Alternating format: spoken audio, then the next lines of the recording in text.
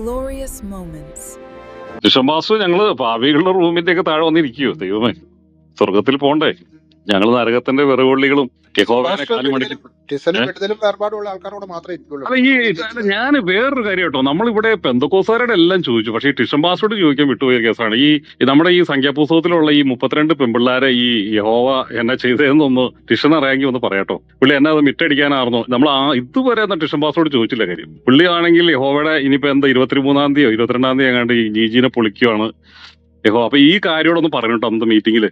ഈ 32 പെമ്പിള്ളാരെ ഓർത്തു വെച്ചോ, സംഖ്യാപുസ്തകം കേട്ടോ 31 ഈ 32 പെമ്പിള്ളാരെ കന്യകമാരെ, അതും വല്ല ജാതിക്കാരുടെ, ഈ ഇസ്രായേലിന്റെ യഹൂദയുടെ ആണെങ്കിൽ വേണ്ടില്ല, ഈ പെമ്പിള്ളാരെ എന്നായിരുന്നു ഉദ്ദേശം? ഇത് മിറ്റടിക്കുകയാണോ അതെയോ? ചിലർ പറഞ്ഞു പാത്രം കഴുകാൻ. ഇപ്പൊ ടിഷനാണെങ്കിൽ പാത്രം കഴുകിന്റെ ഒരു ഉസ്താദായതുകൊണ്ട് ഇത് പാത്രം കഴുകാനാന്ന് പറയുന്നുണ്ട്, ചിലർ മിറ്റടിക്കാനാന്ന് പറയുന്നുണ്ട്. അപ്പൊ എന്തിനായിരുന്നു യഹോവയ്ക്ക്, എന്തിനായിരുന്നു ഈ പെമ്പിള്ളാരെ? അതോടെ ഒന്ന് പറയണേ അന്ന്. കാരണം ഇവിടെ ഒരുപാട് പേര് ഈ ചോദ്യം ചോദിച്ചിട്ട് ഉത്തരവില്ലാതിരിക്കുക. അതിനിടയ്ക്ക് ഈ ഉൽപ്പത്തി പുസ്തകം 6-ന്റെ എങ്ങോട്ട് 3-ഓ 4-ഓ വാക്യം കൂടെ കൂട്ടിച്ചേർത്തിട്ട് ഈ ദൈവത്തിന്റെ പുത്രന്മാര് വന്നിട്ട് ഭൂമിയില് മനുഷ്യപുത്രന്മാരെ കണ്ട് നമ്മുടെ കാവാലം പറഞ്ഞു ഇതെല്ലാം യഹോവയാൽ സംഭവിച്ചു എന്ന് പറഞ്ഞു. അത് യഹോവയാണല്ലോ എല്ലാം സംഭവിക്കുന്നത്. അപ്പൊ അതിനകത്ത് ഇത്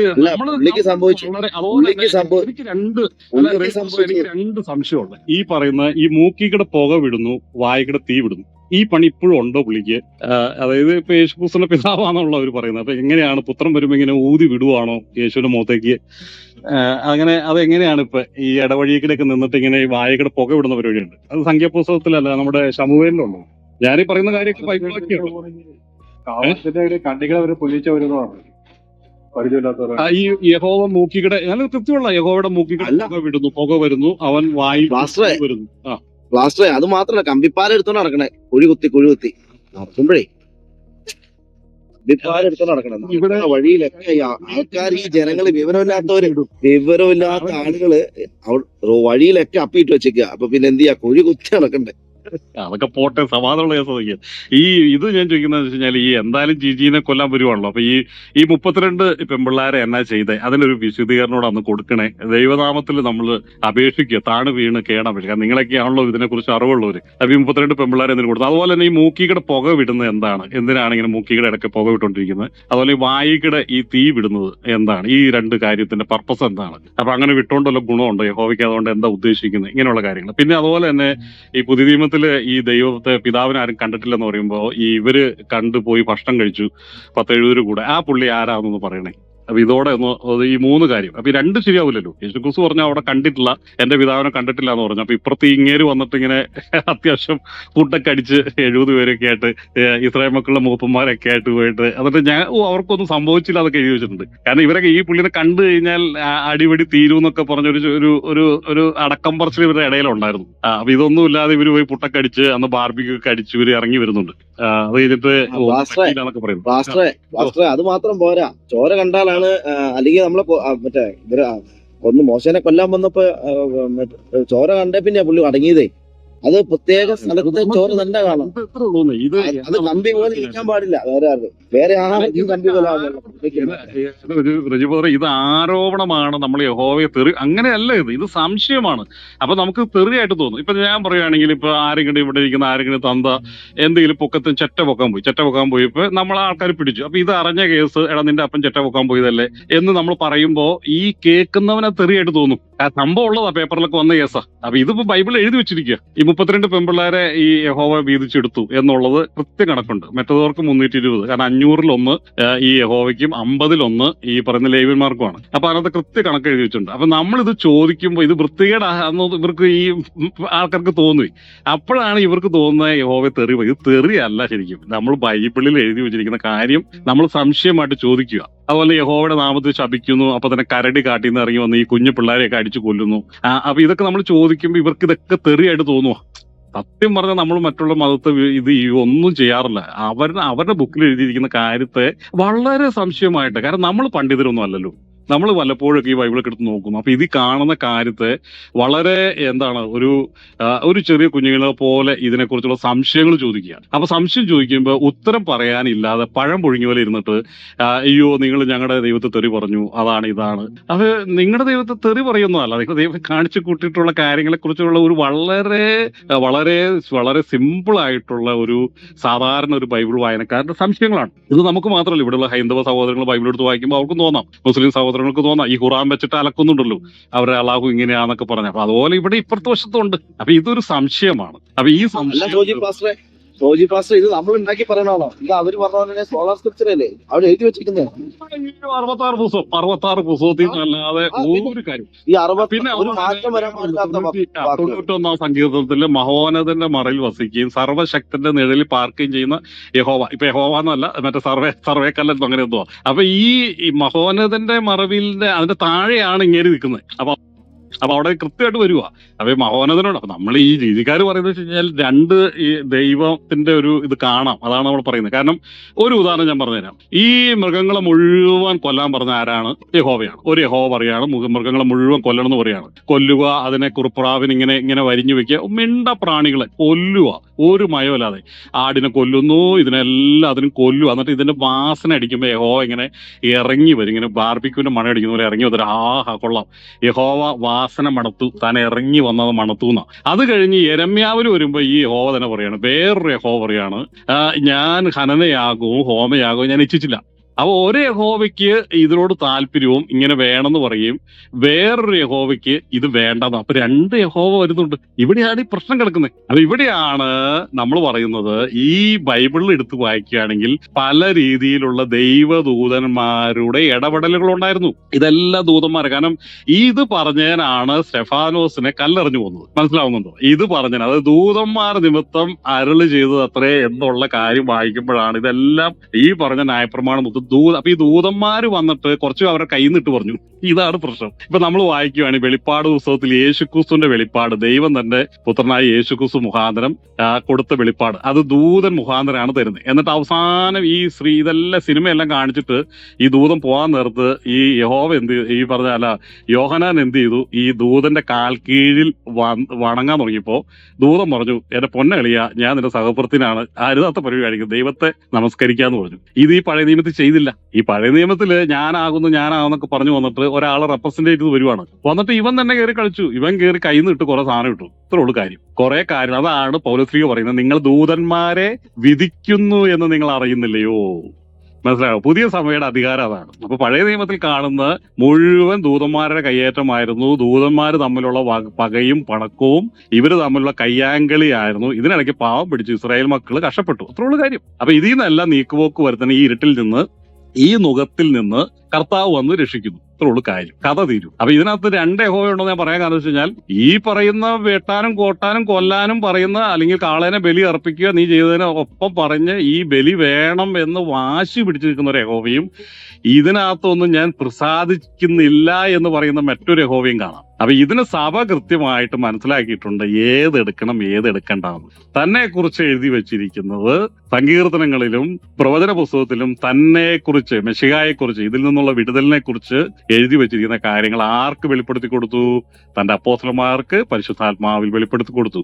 അത് സഭയുടെ കയ്യിൽ ഇന്നുമുണ്ട്, ആ വെളിച്ചം ഇന്നുമുണ്ട്. അല്ലാതെ എല്ലാവരും തൊണ്ടോടെ വിഴുങ്ങിയിട്ട് തൊണ്ടയ്ക്കകത്തിരുന്ന് കക്കിയിട്ട് ഒരു കാര്യമല്ല. ഇത് വലിയ ബുദ്ധിമുട്ടാണ്. കാരണം നിങ്ങൾ ആമ്പിള്ളാരുടെ കയ്യിൽ ചെന്ന് പെടുമ്പോൾ ഉത്തരം പറയേണ്ടി വരും. അതാണ് കൊടുത്തോട്ടം നമ്പൂതിരി ഇവിടെ കിടന്ന് പപ്പ അടിച്ചിട്ട് അവിടെ ചെന്നപ്പോ പറഞ്ഞു, പഴയ നിയമം ഞങ്ങൾ എടുക്കുന്ന പോലുമില്ല, യഹോവയെ എനിക്ക് അറിയാനും പാടില്ല എന്നാ പുള്ളി പറഞ്ഞു. ഞങ്ങൾ കേട്ടിട്ട് പോലുമില്ല പുള്ളിയെ കുറിച്ച്. പുതിയ നിയമമാണ് ഞങ്ങളുടെ സാധനം, ഞങ്ങൾ പുതിയ നിയമമാണ്, ഞങ്ങൾ ക്രിസ്ത്യാനികളാന്ന് പറഞ്ഞ് കൈ കഴുകി. ഇത്രേ ഉള്ളു കാര്യം. ഇതുകൊണ്ടാണ് പറയുന്നത്, നിങ്ങൾ എത്ര തെറി പറഞ്ഞാലും, നീ എന്നല്ല നിന്റെ അപ്പൂപ്പൻ ഇറങ്ങി വന്നാലും, നീ 5 or 6 മാക്സിമം 2030 അതിനുള്ളിൽ ഇവിടെയുള്ള എല്ലാ തെണ്ടികളും ഈ ജിജിക്കാരുടെ ഷഡ്ഡി ഇട്ട് നടക്കുന്നുണ്ട്. ഷഡ്ഡി ജിജി എന്നൊക്കെ എഴുതിയിട്ട് ആ ഷഡ്ഡി ഇട്ട് നിങ്ങൾ അണ്ടർവെയർ എന്നൊക്കെ പറയാം, അത് ഇട്ട് നടക്കുന്നുണ്ട്. അത് താഴെ ഇരിക്കുന്ന ടിഷൻ പാസ്റ്റർ ആണെങ്കിലും ഇനി ഏത് കൊമ്പത്തെ ടീമാണെങ്കിലും നീ ഉൾപ്പെടെ ഉള്ളവൻ ജിജി പറയും. നിനക്ക് ജീവിക്കാൻ പറ്റില്ല, മുന്നോട്ട് പോകാൻ പറ്റില്ല, പിള്ളേർ കഴുത്തിന് പിടിക്കും. ഇതാണ് സംഭവിക്കാൻ പോകും. അപ്പൊ ഇവിടെ കൊടുത്തോട്ടം നമ്പൂതിരി കൃത്യമായിട്ട് പറഞ്ഞു. കൊടുത്തോട്ടം നമ്പൂതിരി ജിജി ആയി കഴിഞ്ഞു, യഹോവയെ തള്ളി കളഞ്ഞു കഴിഞ്ഞു. പുള്ളി ചോദിക്ക്, പുള്ളി അവിടെ പറഞ്ഞ കാര്യമാണ്. അതോടുകൂടി പെന്തക്കോസിന്റെ കാര്യം തീർന്നു. അതിനകത്ത് ഇത് തന്നെയാണ് പറയുന്നത്. ഇവിടെ കൃത്യമായിട്ടുള്ള ഉപദേശം പറയുന്നതാണ് ഗ്ലോറിയസ് ഓഫില്. ഇത് ഞങ്ങളുടെ അല്ല, ഇത് ഞങ്ങളുടെ പൗലോസ് അപ്പോസ്തലൻ തുടങ്ങിയതാണ്, ഞങ്ങളുടെ അപ്പോസ്തലന്മാർ തുടങ്ങിയതാണ്, ഞങ്ങളുടെ കർത്താവായ യേശുക്രിസ്തുവിന്റെ വെളിപ്പാടാണത്. ഇത് കൃത്യമായിട്ട് ഞങ്ങൾ പറഞ്ഞിരിക്കും. ഇതിനെ തോപ്പിക്കാൻ ഓരോരുത്തരും മുളച്ചിട്ടില്ല. അതിനെ എത്ര കടന്ന് കുരച്ചാലും, ഏതവൻ കടന്ന് കുരച്ചാലും, ആരെല്ലാം മൂട്ട് ചെയ്ത് വാടപ്പിക്കാൻ നോക്കിയാലും ഇതങ്ങനെ മൂട്ടാവണ സാധനമല്ല. ഇത് മൂട്ടാക്കണമെങ്കിൽ ഇനി ഒരുത്തൻ ജനിക്കണം. അങ്ങനെ ഒരുത്തൻ ജനിക്കാനില്ല.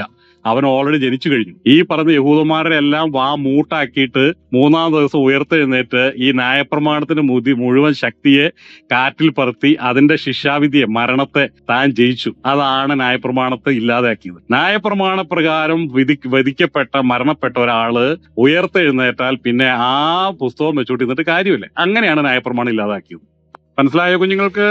ഇത്രയുള്ളൂ ഇതിന്റെ കാര്യം. ഉള്ളത് പറഞ്ഞു കഴിഞ്ഞാൽ നമുക്ക് ഇതിനകത്ത് എല്ലായിടത്തും ഈ പറയുന്ന അവിടെ ഇവിടെയൊക്കെ കയറ്റി വെച്ചു. ഇത്രയുള്ളൂ. അബ്രാഹാമിന്, ഇസഹാക്കിന്, യാക്കോബിന് വെളിപ്പെട്ട ദൈവദൂതന്മാരാണ് വെളിപ്പെട്ടത്. അവരെ അയച്ച ദൈവത്തെ നമുക്കറിയാം. ഇതുപോലെ തന്നെ ഈ പറയുന്ന മോശയെ വെച്ച്, ഇത്രോവിന്റെ വീട്ടിൽ വെച്ച് അവന് വെളിപ്പെട്ട ദൂതനുണ്ട്. എന്നിട്ട് പറയാണ്, ഞാൻ നിങ്ങളുടെ പിതാക്കന്മാർക്ക് ഈ നാമത്തിൽ വെളിപ്പെട്ടില്ല, ഇപ്പൊ എന്റെ പേര് ഇതാവുന്നു. ഇത് പോസ്റ്റല്ലേ പറയുന്നത്. അപ്പൊ ഇവൻ വന്നിട്ട് അതാണ് ഇതിനകത്ത് കൈകടത്തലുണ്ട്. ദൈവദൂതന്മാർ, ദൂതന്റെ അല്ല, ദൂതന്മാരുടെ നമ്പർ ഓഫ് ഏഞ്ചൽസിന്റെ ഇടപെടൽ ഇതിനകത്ത് നടന്നിട്ടുണ്ട്.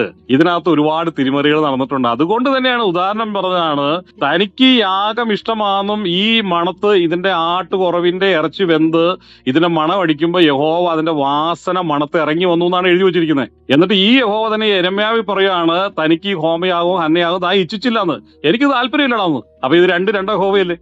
അപ്പൊ ഇതിന് ഉത്തരം യഹോവക്കാര് പറയണം, യഹോവയുടെ ആൾക്കാർ പറയണം, ഇതിനകത്ത് ഏത് യഹോവയാണ് ശരിയെന്നുണ്ട്. അല്ല സൂര്യ പാസ്റ്റർ, ഇപ്പൊ ഇത് ടിസം പാസ്റ്റർ അല്ല ടിസം ബ്രദർ ഇതൊക്കെ പറയുമായിരിക്കും പുള്ളിയുടെ മുമ്പിൽ, നമുക്ക് കേൾക്കാൻ പോകണം. അല്ല പറയണം. ഞാൻ പറയുന്നത് ഇവിടെ യഹോവ എൻഡോസ് ചെയ്യുന്നവർ ഇത് പഠിപ്പിക്കണം, വ്യക്തമായിട്ട് പഠിപ്പിക്കണം. അല്ലെങ്കിൽ ആൾക്കാർ തെറ്റിദ്ധരിക്കും. ഇവിടെ ഒരു സ്ഥലത്ത് കുഞ്ഞുങ്ങളെ കാലെ വാരി പാറയടിച്ച് കൊല്ലുന്നു, ഈ പറയുന്ന വൃത്തികേടുകൾ കാണിക്കുന്നു. മറുവശത്ത് ഇതിനെതിരെ മറ്റൊരു യഹോവയുടെ ശബ്ദം പ്രവചന ശബ്ദമായിട്ട് കേൾക്കുന്നു. ഇതിൽ നിന്നെല്ലാം രക്ഷിക്കുമെന്നും തന്റെ പുത്രനെ അയക്കുമെന്നുള്ള ശബ്ദങ്ങൾ കേൾക്കുന്നു. അപ്പൊ രണ്ട് കാര്യമാണ്. ഒരു സ്ഥലത്ത് പറയുന്നു, ഒരു സ്ഥലത്ത് ഒരേ യഹോവ പറയുന്നു, ഞാൻ ഒരുത്തനേ ഉള്ളൂ, ഞാനല്ലാതെ വേറെ കർത്താവ് ഉണ്ടാവരുന്ന് പറയുന്നു. ഇപ്പുറത്ത് ഈ യഹോവയുടെ ദാസനായിട്ടുള്ള ദാവീദ് തന്റെ ദൈവത്തിന്റെ ആത്മാവിൽ നിന്നോ പറയുന്നു, എന്റെ കർത്താവിനോട് അരുളി ചെയ്തു എന്നുള്ള രണ്ട് കർത്താവിനോട് കൊണ്ടുവരുന്നു. അപ്പൊ ഇവിടെ ഒരു യഹോവയ്ക്ക് ഒരു കർത്താവ്, ഒറ്റയ്ക്കിരിക്കുന്ന കർത്താവ്, ഞാനല്ലാതെ വേറെ കർത്താവ് ഉണ്ടാന്ന് പറയുമ്പോൾ ഇവിടെ ദാവീദ് ആത്മാവിൽ, അതാണ് മശിഹാ സങ്കീർത്തനം, അതാണ് തന്നെ കുറിച്ച് എഴുതി വെച്ചിരിക്കുന്നത്. തന്നെ കുറിച്ച് സങ്കീർത്തനങ്ങൾ എഴുതി വെച്ചിരിക്കുന്നു. അപ്പൊ ഒരു സ്ഥലത്ത് യഹോവ കടന്ന് അലറി വിളിക്കുന്നു, ഞാൻ ഒറ്റയ്ക്കിരിക്കുന്നവനാണ്. ഇപ്പുറത്ത് യഹോവയുടെ ദാസൻ ദാവീദ് ആത്മാവിൽ പറയുന്നു, എന്റെ കർത്താവിനോട് കർത്താവ് വലതുവശത്തിരിക്കുക എന്ന് പറയുന്നത് ശത്രുക്കൾ പാതിവിടമാക്കുവോളം. അപ്പൊ അങ്ങനെയെങ്കിൽ ഇവിടെ എങ്ങനെയാണ് രണ്ട് കർത്താവ് വന്നേ? യഹോവയല്ലാതെ വേറെ കർത്താവ് ഉണ്ടാവാൻ പാടില്ല. അപ്പൊ എങ്ങനെയാണ് ദാവീദിന് രണ്ട് കർത്താവ് വന്നത്? അപ്പൊ ഇതിനൊക്കെ ഉത്തരം യഹോവയുടെ മക്കൾ പറയണം. ഒറ്റയ്ക്കിരിക്കുന്ന യഹോവയ്ക്ക് എങ്ങനെയാണ് രണ്ട് കർത്താവ് ഉണ്ടായത്? ദാവീദ് യഹോവയുടെ ദാസനല്ലായിരുന്നോ? അപ്പൊ ഇതിനെല്ലാം മറുപടി ആര് പറയണം? യഹോവയുടെ കുഞ്ഞുങ്ങൾ പറയണം. അപ്പൊ ഇവിടെ കൃത്യമായിട്ട് അത് പറയും. പുള്ളി ഒരു പാവാണ്, പുള്ളിക്ക് ഒരു ആഗ്രഹമുള്ളൂ, ഞാൻ ഈ ജിജിയുടെ പ്രസംഗം മുഴുവൻ കേൾക്കും, അത് കഴിഞ്ഞിട്ട് കത്തോലിക്കരായ നിങ്ങളെ പഠിപ്പിക്കും, നിങ്ങൾ ആരും ആദ്യം പോയി കേൾക്കും, അത്രേ ഉള്ളൂ. അല്ല, നമുക്കിവിടെ ഈ ആളുകളെ കൺഫ്യൂഷൻ ആക്കുന്ന ആളുകളെ ഞാൻ പറയാം ഒരു കാര്യം പറയാം. ഈ പഴയ നിയമത്തെ ഇത് വായിച്ച് എത്രയോ ചെറുപ്പക്കാര് ഈ സഭ വിട്ടുപോയെന്ന് പറയാം. എത്രയോ ചെറുപ്പക്കാർ ഇതിനെ തിരിച്ചു കൊടുക്കാൻ ആൾക്കാരില്ല. ഇത് ഏത് ശരി? കത്തോലിക്ക സഭയുടെ പഠനം പുതിയ നിയമത്തിലൂടെ പഴയ നിയമത്തെ നോക്കി കാണുന്ന. ഇവിടെ പ്ലാമാലേശം പറഞ്ഞു വന്നപ്പോ അങ്ങനെയാണ്, അത് തന്നെയാണ് പറഞ്ഞത്. അവിടെ ആരോ ഒന്ന് ചോദ്യം ചോദിച്ചു, ഈ കുഞ്ഞുങ്ങളെ കൊല്ലുകയും സ്ത്രീകളെ ഉപദ്രവിക്കുകയും ചെയ്തത് ഏത് ദൈവമാണ്? അവർ കൃത്യമായിട്ട് പറഞ്ഞു, ഇതൊന്നും ഞങ്ങളുടെ കർത്താവ്, ഞങ്ങൾ വിശ്വസിക്കുന്ന ദൈവമല്ല, ഇതെല്ലാം മനുഷ്യരുടെ ചിന്തകളും അവരുടെ കയ്യിലിരിപ്പ് കൊണ്ട് കൂട്ടിച്ചേർത്തതാണെന്ന് കൃത്യമായിട്ട് പ്ലാമാലേശം പറഞ്ഞു. അപ്പൊ ഇതെല്ലാം ഒന്നെങ്കിൽ പറയണം, ഇത് മനുഷ്യന്റെ കുത്തിക്കഴുപ്പ് കൊണ്ട് അവൻ എഴുതി വെച്ചതാണ്, അത് സമ്മതിക്കണം. അതല്ലെങ്കിൽ ഇവിടെ എവിടേക്കോ കടന്ന് അത് സ്റ്റെഫാനോസിന്റെ പ്രസംഗത്തിൽ കൃത്യമായിട്ട് കിടക്കുന്നു, ദൂതന്മാരുടെ ഇടപെടലുകളാണ്, ദൂതന്മാർ നിമിത്തം അവര് വഴിയാണ് ഇതെല്ലാം വന്നത്. അപ്പൊ അതിനകത്തുള്ള പ്രശ്നങ്ങളുണ്ടെന്നേ. ഇപ്പൊ ഇത് തന്നെയാണ് നിങ്ങളെടുത്ത് പുതിയ നിയമം വായിച്ചു നോക്ക്. പുതിയ നിയമത്തിൽ വെളിപ്പാട് പുസ്തകം മുഴുവൻ കാണിക്കുന്ന ഒരു ദൂതനാണ്. അപ്പൊ ദൂതന്മാർ വഴിയാണ് ഇവിടെ നടന്നിട്ടുള്ള കാര്യങ്ങൾ. അപ്പൊ അത് കൃത്യമായിട്ട്, അപ്പൊ ആ ദൂതനെ യോഹന്നാൻ ശ്ലീഹ വന്ന് കാലിൽ വീഴുമ്പോൾ നീ എന്നെ നമസ്കരിക്കരുത് എന്ന് പറയുന്നു. പഴയ നിയമത്തിൽ ഈ ദൂതന്മാർ അങ്ങനെ ചെയ്തിട്ടില്ല. അവരെ വന്ന് വീണ് നമസ്കരിച്ചു. അവരെ വീണ് നമസ്കരിക്കാൻ തന്നെ പറയുവാണ്. ഇങ്ങനെയൊക്കെ ഉണ്ടാക്കി വെക്കണം. അവരെ കൈകടത്തലുണ്ടായി. ഈ കൈകടത്തലുകളെ ആണ് എന്ത് ചെയ്തത്? കർത്താവായ യേശുക്രിസ്തു വന്ന് എടുത്തു കളഞ്ഞത്. അപ്പൊ ഇന്ന് ദൂതന്മാരുടെ വാഴ്ചയല്ല. അതുകൊണ്ടാണ് പൗലോസ്ലിഹ എഴുതി വെച്ച് നിങ്ങൾക്ക് പോരാട്ടമുള്ളത്. കാരണം AD 70 കൂടി ഈ പറയുന്ന ദേവാലയവും ദേവാലയത്തിന്റെ പ്രിൻസിപ്പാലിറ്റികളും എല്ലാം തീരുന്നതോട് കൂടിയാണ് ദൂതന്മാരുടെ വാഴ്ച പൂർണ്ണമായിട്ട് നിൽക്കുന്നത്. അതുകൊണ്ടാണ് പൗലോസ്ലിഹ പറയുന്നത് നിങ്ങൾക്ക് പോരാട്ടമുള്ളത് ജഡരക്തങ്ങളോടല്ല, വാഴ്ചകളോടും അധികാരങ്ങളോടും സ്വർലോകത്തിലെ ദുഷ്ടാത്മസേനയോടും അത്രേ. അപ്പൊ എവിടെയുണ്ട് ദുഷ്ടാത്മസേനകൾ? മനുഷ്യരെ പല രീതിയിലും ചൂഷണം ചെയ്തിട്ടുണ്ട്. ഫോർ എക്സാമ്പിൾ, ഇന്ന് ഇവിടെ പെന്തക്കോസിൽ നിൽക്കുന്ന പ്രവചനം എന്ന് പറഞ്ഞ് പ്രവചിക്കുന്ന മുഴുവൻ ദൈവാത്മാവാണോ? അല്ല, പലതും ദുരാത്മാവിൽ പ്രവചിക്കുന്നുണ്ട്. അപ്പൊ അങ്ങനെയാണെങ്കിൽ അത് ആളുകൾ വിശ്വസിക്കുന്നില്ലേ? അപ്പൊ അങ്ങനെയാണെങ്കിൽ നമ്മൾ നോക്കുമ്പോൾ ദൈവത്തിന് അവനെ നിർത്താനോ കൊല്ലാനോ കഴിയില്ലേ? പക്ഷെ അതൊന്നും ഇപ്പോഴും കണ്ടിന്യൂ ചെയ്യുന്നില്ലേ? കള്ളത്തരങ്ങൾ വിളിച്ചു കൂവുന്നില്ലേ? അപ്പൊ എന്നതുപോലെ ആ കാലഘട്ടത്തിൽ കറപ്റ്റഡ് ആയിട്ടുള്ള ദൂതന്മാരുടെ ഇടപെടൽ ഉണ്ടായിരുന്നു. പല രീതിയിലും തെറ്റിദ്ധരിച്ചു. വായിൽ കൂടി മൂക്കിൽ കൂടിയൊക്കെ തീയും പുകയും ഇടുന്നൊക്കെയാണോ പിതാവ്? ഇതാണോ പിതാവാൻ ദൈവം? ഇതാണ് യേശുക്രിസ്തു? ഇതൊക്കെ എഴുതി വെച്ച് അവർ കണ്ട കാര്യങ്ങൾ. അതുകൊണ്ടാണ് എബ്രായ ലേഖനം 12 കൃത്യമായിട്ട് എഴുതി വെച്ചിരിക്കുന്നു, ഈ ഭീകര ശബ്ദം കൂരിരുട്ട് ഈ പറയുന്നത് ശബ്ദം ഞങ്ങളെ കേൾപ്പിക്കില്ലേ, ഇത് ഞങ്ങൾക്ക് സഹിച്ചുകൂടാം. ഒരു മൃഗമെങ്കിലും പർവ്വതത്തെ തൊട്ടാൽ അതിനെ കൊന്നുകളയണം എന്നുള്ള കൽപ്പന ഞങ്ങൾക്ക് സഹിച്ചുകൂടാം. മനുഷ്യനെ സംബന്ധിച്ചോളം അത് സഹിക്കാൻ പറ്റുന്നതല്ല. അത് അങ്ങനെ സഹിക്കാൻ പറ്റാത്ത നിയമങ്ങൾ അടിച്ച് ഭാരമേറിയ നുകം അടിച്ചു കൊടുത്തോടത്താണ് കർത്താവായ യേശുക്രിസ്തു വന്ന് ഇതിനെല്ലാം വലിച്ചെറിഞ്ഞ് കളയുന്നത്. എന്നിട്ട് പറയാണ് നിങ്ങൾ അടുത്ത് വന്നിരിക്കുന്നത്, താഴെ 8 കൂട്ടം കാര്യങ്ങൾ പറയുകയാണ്, നിങ്ങൾ അടുത്ത് വന്നിരിക്കുന്നത് പുതിയ യെരൂശലേമിലേക്ക്, പിതാവായ ദൈവത്തിന്റെ അടുക്കിലേക്ക്, കർത്താവായ യേശുക്രിസ്തുവിന്റെ അടുക്കിലേക്ക്, അവന്റെ രക്തത്തിന്റെ അടുത്തേക്ക്, മരിച്ചുപോയ നീതിമാന്മാരുടെ ആത്മാക്കളുടെ അടുത്തേക്ക് അത്രേ. അപ്പൊ ഈ ഡിഫറൻസ് ആണ് ഇവിടെ ഗ്ലോറിയസ് ഹോസ്പിറ്റൽ പറയുന്നത്. രണ്ടും രണ്ടാണ്. ഇതിനെ തുന്നിക്കെട്ടരുത്, ഇതിനെ കൂട്ടിക്കെട്ടരുത്. കൃത്യമായിട്ട് കർത്താവ് പഠിപ്പിച്ചിരുന്നു. ഇത് ഒന്നിച്ചു കൊണ്ടുപോകാനുള്ള സാധനമല്ല. അപ്പോസ്തലന്മാർ ഇതിനെതിരെയാണ് നിന്നത്. എന്തിനാണ് അപ്പോസ്തലന്മാരെ യഹൂദന്മാരെ കല്ലെറിഞ്ഞു കൊന്നത്? എന്തിനാണ് സ്റ്റെഫാനോസിനെ കല്ലെറിഞ്ഞു കൊന്നത്? ഇവരുടെ കാര്യങ്ങൾ, ഇവരുടെ ദൈവത്തിന്റെ പ്രവൃത്തികളെ എതിരെ പറഞ്ഞതിനാ.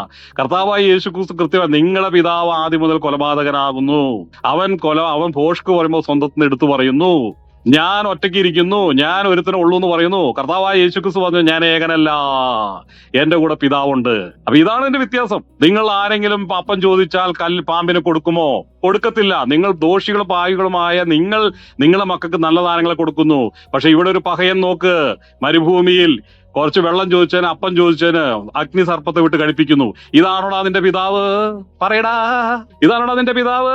ഇവിടെ അപ്പം ചോദിക്കുമ്പോ പാമ്പിന് വിട്ട് കൊടുക്കുന്നതാണ്. എന്റെ കർത്താവായ യേശുക്രിസ്തു പറഞ്ഞു ഇത് പിതാവല്ല, ഇത് പിശാചാണ്. ഇത് ചെയ്തവൻ ഒരുത്തനപ്പുറത്ത് നിൽക്കുന്നുണ്ട്. അപ്പൊ ഇവിടെയാണ് ഇതിന്റെ വ്യത്യാസങ്ങൾ. ഇത് ദൂതന്മാരെ കൈകടത്താണ്. നിങ്ങൾ ദൈവമായിട്ട് കാണുന്നത് ദൈവമല്ല, അത് ദൂതന്മാരാണ്. പിതാവാൻ ദൈവത്തെ ആരും കണ്ടിട്ടില്ല, നിങ്ങൾ ഒരു നാൾ അവന്റെ ശബ്ദം കേട്ടിട്ടില്ല എന്നൊക്കെ ഞങ്ങളുടെ കർത്താവായ യേശുക്രിസ്തു സഭയെ പഠിപ്പിച്ചു, അപ്പോസ്തലന്മാരെ പഠിപ്പിച്ചു. ഞങ്ങളത് പൂർണ്ണമായി വിശ്വസിക്കുന്നു. അപ്പൊ ചില പകയന്മാർ വന്ന് പറയാണ് ഇല്ലല്ലല്ലല്ലല്ല, അത് ദൈവമായിരുന്നു, അതായിരുന്നു പിതാവ്. No no no no no no no no no ഞങ്ങളുടെ കർത്താവിനെ ഞങ്ങൾ വിശ്വസിക്കുന്നത്, ഞങ്ങളുടെ കർത്താവ് പഠിപ്പിച്ചത് ഞങ്ങൾ വിശ്വസിക്കുന്നത്. ഞങ്ങളുടെ കർത്താവ് കൃത്യമായിട്ട് പറഞ്ഞു ഈ പിതാവിനെ ആരും ഒരു നാളും കണ്ടിട്ടില്ല. അപ്പൊ ഇവര് പോയി 70 പേര് പുട്ടടിച്ചത് ഈ പറയുന്ന പുള്ളിയുടെ കാല് നീല കളറായിരുന്നു എന്നൊക്കെ കണ്ടത് ആരെയാണ്? ഉത്തരം പറയടാ. ഇതിനാണ് ഉത്തരം പറയേണ്ടത്. അല്ലാതെ ജീജിക്കാരെ തെറി വിളിച്ചു. ആരെ തെറി വിളിച്ചു? ഒരുത്തനെയും തെറി വിളിച്ചിട്ടില്ല. തെറി വിളിക്കാതെ നിന്നെയൊക്കെ തെറി വിളിക്കുള്ളൂ. അല്ലാതെ പുസ്തകത്തിൽ എഴുതിയേക്കുന്നത് തെറി വിളിച്ചിട്ട് ഞങ്ങൾക്ക് തന്നെ കിട്ടാനാ? ഈ വിഡ്ഢിത്തരം പറഞ്ഞു കിടക്കുന്ന നിന്നെയും നിന്റെ മുത്തച്ഛനെയൊക്കെ ഞങ്ങൾ തെറി വിളിക്കുള്ളൂ. അത് വിളിച്ചിരിക്കും, ഇനിയും വിളിക്കും. വാ മൂടി കെട്ടാ ഒരുത്തരും വിചാരിക്കേണ്ട ഇത് തുടക്കമാണ്, ഇത് തുടക്കം മാത്രമാണ്. തുടക്കം കണ്ട് സൂക്ഷിച്ചാൽ നിനക്കെല്ലാം സമാധാനമായിട്ട് കിടന്നുറങ്ങാം. അതല്ല വേഷം കെട്ടും വെളച്ചിലുമായിട്ട് ഇനി നടക്കുവാണെങ്കിൽ ഇതിലും വലിയ അടിയായിരിക്കും വരാൻ പോകുന്നത്. 32 പെമ്പിള്ളാരെ എന്നാ ചെയ്തൂടാ? ഉത്തരം പറയണ നീ. ഇതാണ് പിതാവ്. യേശുക്രിസ്തു ആണോ 32 പെമ്പിള്ളാരെ അടിച്ചുകൊണ്ടത്? ഇതിനൊക്കെ ഉത്തരം പറയണ നീ പോയിരുന്ന് കൊള പറയാതെ ബൈബിളിലെ വാക്യങ്ങൾ എടുത്ത് പറയാം. മൂക്കിക്കട എന്തിനാണ് പുക വിടുന്നത്? നിനക്ക് എന്നാ നിന്റെ ദൈവം കഞ്ചാവ് അടിക്കുന്നുണ്ടോ? മൂക്കിക്കട പുക വിട്ടുകൊണ്ടിരിക്കുക. ഏത് ദൈവമാണ് മൂക്കിക്കട പുക വിടുന്നത്? ക്രിസ്ത്യാനികളുടെ ദൈവമാണോ മൂക്കിക്കട പുക വിടുന്നത്? ഇതിനാണ് നീ എൻഡോഴ്സ് ചെയ്തുകൊണ്ടിരിക്കുന്നത്. നീ എന്നാ നിന്റെ പടത്തിലൊക്കെ എഴുതി വെക്കണം, വരച്ചു വെക്കടാ മൂക്കിക്കട പുക വിടുന്ന ഒരുത്തിന്, വായക്കട തീ വിട്ടുകൊണ്ടിരിക്കുന്നത്. ഇതാണോ ദൈവം?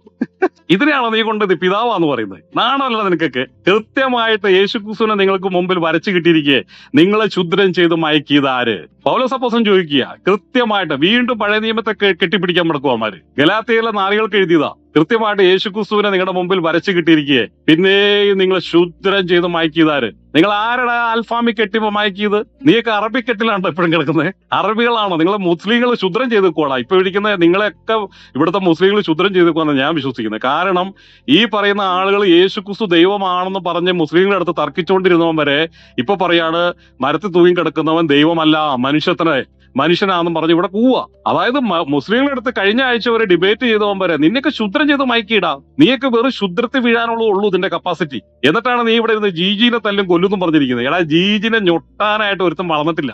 ഗ്ലോറിയസ് ഗോസ്പൽ ഒരു മതമല്ലടാ, ഗ്ലോറിയസ് ഗോസ്പൽ ഒരു സഭയല്ല. നിന്റെയൊക്കെ വരട്ട് പാസ്റ്റർമാർ ചെയ്യുന്ന പോലെ 10 ആളെ കിട്ടുമ്പോൾ സഭയുണ്ടാക്കി ഈ പിരിച്ചുണ്ടാക്കി പുട്ടടിക്കുന്ന പരിപാടിയല്ല നീ ചെയ്യുന്നത്.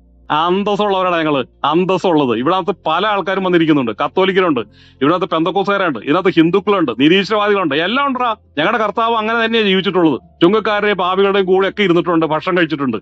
ഇതിനകത്ത് ആർക്കാണ് കലിപ്പ്? ഇതേതവനകത്ത് കലിപ്പ്? ജീജിക്കാരുടെ കൂടെ പോയിരുന്നു. നീയൊക്കെ ഏത് ആത്മാവ് നിറക്കുന്നത്? ഞങ്ങൾ പല ആൾക്കാരുടെ കൂടെ ഇരിക്കും. ഇവിടെ പറയുന്ന കാര്യം അന്തസ്സുള്ള കാര്യം, വിശ്വസിക്കാൻ പറ്റുന്ന വിശ്വസിച്ചു മതി. കൃത്യമായിട്ട് ഇതിനെ തുന്നിക്കെട്ടരുത്. ഞങ്ങളുടെ കർത്താവ് പഠിപ്പിച്ച കാര്യമാണ്. ഞങ്ങൾ ഹൃദയം കൊണ്ട് തുന്നിക്കെട്ടുന്നില്ല. ഇത് രണ്ടും രണ്ടാണ്. ഇത് ഒരു മതത്തിന്റെ വിശ്വാസമായിരുന്നു പഴയ നിയമം, ഇത് യഹൂദന്മാരുടെ പുസ്തകമായിരുന്നു. അവർ മനസ്സിലാക്കിയതിൽ നിന്ന് അവർക്കൊരു വിടുതൽ കിട്ടി. അവർ മനസ്സിലാക്കി, അവര് ഭാരമേറിയ ചുമട് വഹിച്ചപ്പോൾ ഞങ്ങളുടെ കർത്താവ് വന്ന് എന്റെ ചുമട് ലഘുവാന്ന് പറഞ്ഞ് അവരെ അതിൽ നിന്ന് വിടിവിച്ചു. അതിലെല്ലാം ഞങ്ങളുടെ പിതാക്കന്മാരുണ്ട്. ഞങ്ങളെല്ലാവരും സ്നേഹിക്കുന്നു. അബ്രഹാമിന്റെ ഇസഹാക്കിന്റെയും യാക്കോബിന് ദൈവം കൊടുത്ത വാക്കാണത്. ആ വാക്കിൽ തന്നെയാണ് യേശുക്രിസ്തു ഉള്ളത്. അതിന്റെ ഇടയ്ക്ക് വന്ന ന്യായപ്രമാണോ ഇടയിൽ ചേർന്നു, ലംഘനങ്ങൾ നിമിത്തം കൂട്ടിച്ചേർത്തത്രേ. അപ്പൊ ഓരോ ലംഘനം വരും തോറും ഓരോ നിയമം കൂടിക്കൊണ്ടിരുന്നു. 600 ചില്ലാനും നിയമങ്ങൾ അവർക്കുണ്ടായി. ഇത് മുഴുവൻ ചുമന്നോട് നടക്കുക പാവപ്പെട്ടവര്, എങ്ങനെയെങ്കിലും നിത്യത വേണമെന്നും പറഞ്ഞുകൊണ്ട്. അപ്പൊ ഇതിലൊന്നും നിത്യതയില്ല. നിങ്ങൾ തിരുവഴുത്തുകൾ കൂടി നിത്യജീവൻ കിട്ടുമെന്ന് പ്രതീക്ഷിക്കുന്നു, ഒരിക്കലില്ലെന്ന കർത്താവ് പറഞ്ഞേ. അപ്പൊ നിത്യജീവനായവൻ, സ്വർഗത്തിൽ നിന്ന് ഇറങ്ങി വന്ന സാക്ഷാൽ അപ്പമായവൻ അവരുടെ ഇടയിലേക്ക് വന്നു. നിത്യജീവൻ അവന്റെ കയ്യിലുള്ളത്, അവനെന്താ സാക്ഷാൽ നിത്യജീവൻ. അപ്പൊ അവനെ കൊടുക്കാനുള്ളതിന് വീണ്ടും ഈ പറയുന്ന പഴയ നിയമത്തിലെ സാധനങ്ങളെ കൊണ്ടുവന്ന് മനുഷ്യനെ പേടിപ്പിച്ചും ഭയപ്പെടുത്തി. എബ്രായ ലേഖനത്തിൽ കൃത്യം പറഞ്ഞു, ഇത് ഞങ്ങളെ കേൾപ്പിക്കില്ലേ എന്ന് പറഞ്ഞ് അവരെ കരയുക. അപ്പൊ ഇവിടെ ഇത് കേൾപ്പിക്കാൻ വേണ്ടി കുറെ എണ്ണങ്ങൾ നടക്കുക. ഇനി 23-ാം തീയതി ഇവിടെ നമ്മൾ ഉണ്ടാക്കുന്നു പറയുന്നത്. നിനക്കൊക്കെ പറ്റുമെങ്കിൽ ഇതിനൊക്കെ മറുപടി പറ. ഈ പറഞ്ഞ ചോദ്യങ്ങൾക്ക് എന്തിനാണ് നിങ്ങളുടെ ഈ പറഞ്ഞ പുള്ളി മൂക്കികളെ പുക വിടുന്നത്? ഇത് എപ്പോഴും വിട്ടോണ്ടിരിക്കുകയാണോ? നമ്മൾ അടുത്തേക്ക് ചെല്ലുമ്പോൾ പുള്ളി നിർത്തുവോ? എന്താണ് ഇതിന്റെ കാര്യം? പറ. സംഖ്യാപുസ്തകത്തിൽ കൃത്യമായിട്ട് എഴുതി വെച്ച, ശമൂവേലിന്റെ പുസ്തകത്തിൽ കൃത്യമായിട്ട് എഴുതി വെച്ചിരിക്കുക.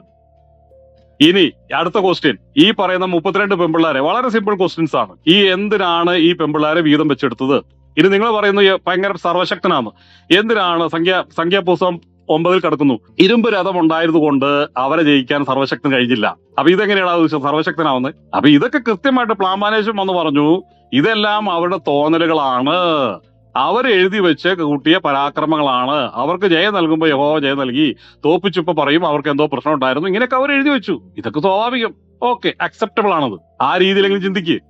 ഇതാണ് പറയുന്നത്. അങ്ങനെയാണെങ്കിൽ പിന്നെ അപ്പുറത്ത് വരുമ്പോ ഈ പറയുന്ന കാര്യങ്ങള് രണ്ട് തിരിച്ച് കന്യകാ ജന്മത്തെ കുറിച്ച് ആര് പ്രവചിച്ചു? ഇതൊക്കെ പറയേണ്ടി വരും. അപ്പൊ ഇതൊക്കെ തോന്നലാന്ന് എഴുതി വെക്കേണ്ടി വരും. അപ്പൊ ഈ ബൈബിള് തന്നെ ആധികാരികത ഇല്ലാതാക്കി കിടന്ന കാര്യങ്ങളാണ്. ഗ്ലോറിയസ് ഹോസ്പിറ്റൽ കൃത്യമായിട്ട് പറയുന്നു, ഇതെല്ലാം ദൂതന്മാരുടെ ഇടപെടലുകളായിരുന്നു. ഈ ദൂതന്മാർക്ക് വീഴ്ചകൾ ഉണ്ടായിട്ടുണ്ട്, കൈ കടത്തൽ ഉണ്ടായിട്ടുണ്ട്, തോന്നിവാസങ്ങൾ എഴുതി വെച്ചിട്ടുണ്ട്, തോന്നിവാസങ്ങൾ ഇവരെ കൊണ്ട് ചെയ്യിച്ചിട്ടുണ്ട്. കൊല ചെയ്യരുതെന്ന് പറഞ്ഞ് മിനിറ്റുകൾക്കുള്ളിൽ തന്നെ ഇവരെ കൊണ്ട് തന്നെ കൊല ചെയ്യിപ്പിക്കുന്നുണ്ട്. ഗലാത്യ ലേഖനത്തിൽ പറയുന്ന 14 കൂട്ടം കാര്യങ്ങളും ജഡത്തിന്റെ പ്രവൃത്തികളും ഈ യഹോവയിലുണ്ട്. ഇല്ലെങ്കിൽ നിങ്ങൾ പറ, ജാരശങ്ക, കോപം, ഇങ്ങനെയുള്ള സകല കാര്യങ്ങളും യഹോവയിൽ അടങ്ങിയിരിക്കുന്നു. ഇത് ഞങ്ങളുടെ കർത്താവായ യേശുക്രിസ്തുവിലില്ല.